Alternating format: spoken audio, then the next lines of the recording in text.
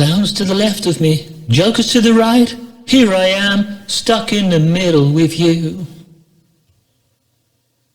I hope you like my little bit of tomfoolery. I do like to have some fun on the internet. Otherwise, you get bored. But I'm always trying different things. And that really stops me from just giving it up. Which is what a lot of people have done, haven't you? Know, they've sort of got fed up and wrapped it all up. Just got on with their life. Right, well, the coming video I'm going to show you is my take on what I feel is a remarkable similarity between our infrastructure now breaking down and the Great Depression. So I hope you like it. Thank you.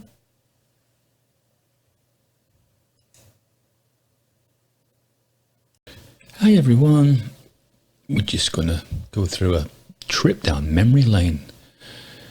But not the most pleasant trip down memory lane, this. But I think the title of this video is going to be Remarkable Similarities Are Occurring Between What Happened in 1929 Great Depression and what's happening now and what's happened over the last 2 years.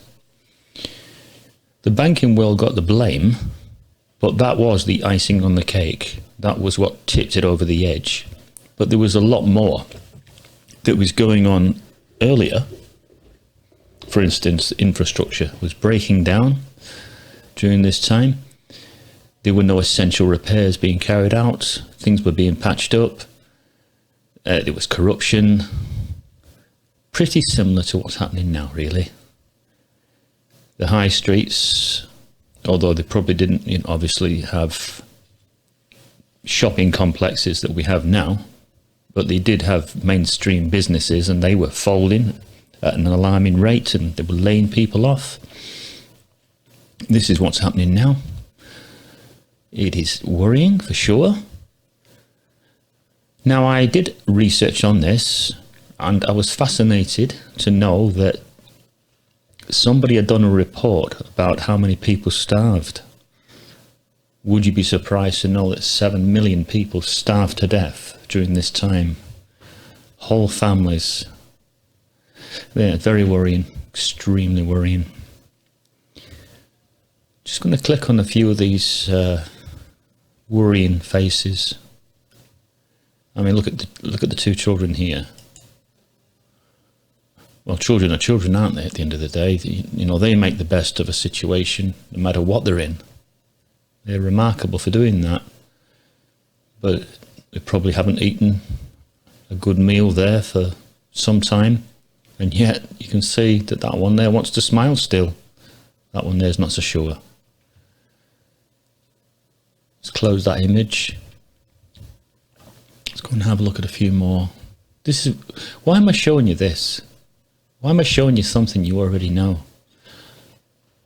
Well, I feel that history will repeat itself. I think you'll have to times the magnitude of this depression by many thousands to have an idea of how bad things will get during the Great Tribulation. That's why it has to be cut short, because no flesh will survive. Look at this. I mean, everybody... yeah, will work just for food. How would you like to be in a situation like that where you were prepared to work your fingers to the bone just for maybe a few slices of bread, just to stay alive? But who's to say it's not going to get like that? It's worrying, isn't it?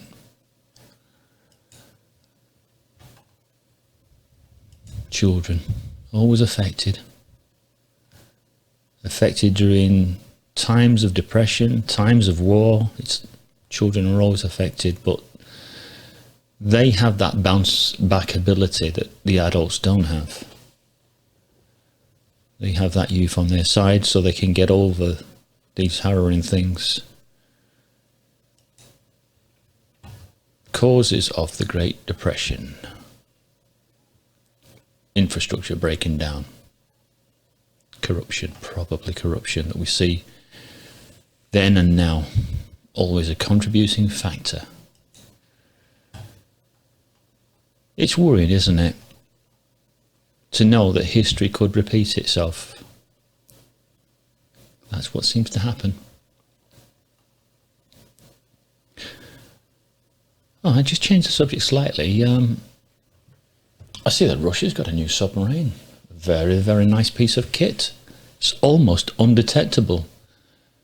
And they think it might be in our waters, tapping into our cables, keeping an eye on what's happening in Iran. Well, I did say that. I said that a few weeks ago, that when push comes to shove, Russia will support Iran. King of the North. Think about it, people. Are the pieces being moved into place? I think we should not ever forget that the JWs in 2018 more or less identified Russia as the King of the North. And whether that turns out to be true, we don't know, but just say it was. And they are going to play their significant role, for sure. I hope I've not depressed you too much with this memory lane visitation. But I was only talking to my good friend Stephen Knight, the Godless Spell Checker, yesterday at a barbecue. And we were talking about what's likely to happen. I think we're both in agreement about the European Union fragmenting and certainly will fall apart. So we both agreed that we should be out of the European Union and try and make it and regain sovereignty and forge ahead with manufacturing and build up our steel industry. But is it too late? Is it really too late? Are we so close to this? Times thousands. Imagine that. As bad as what that is, times it by thousands.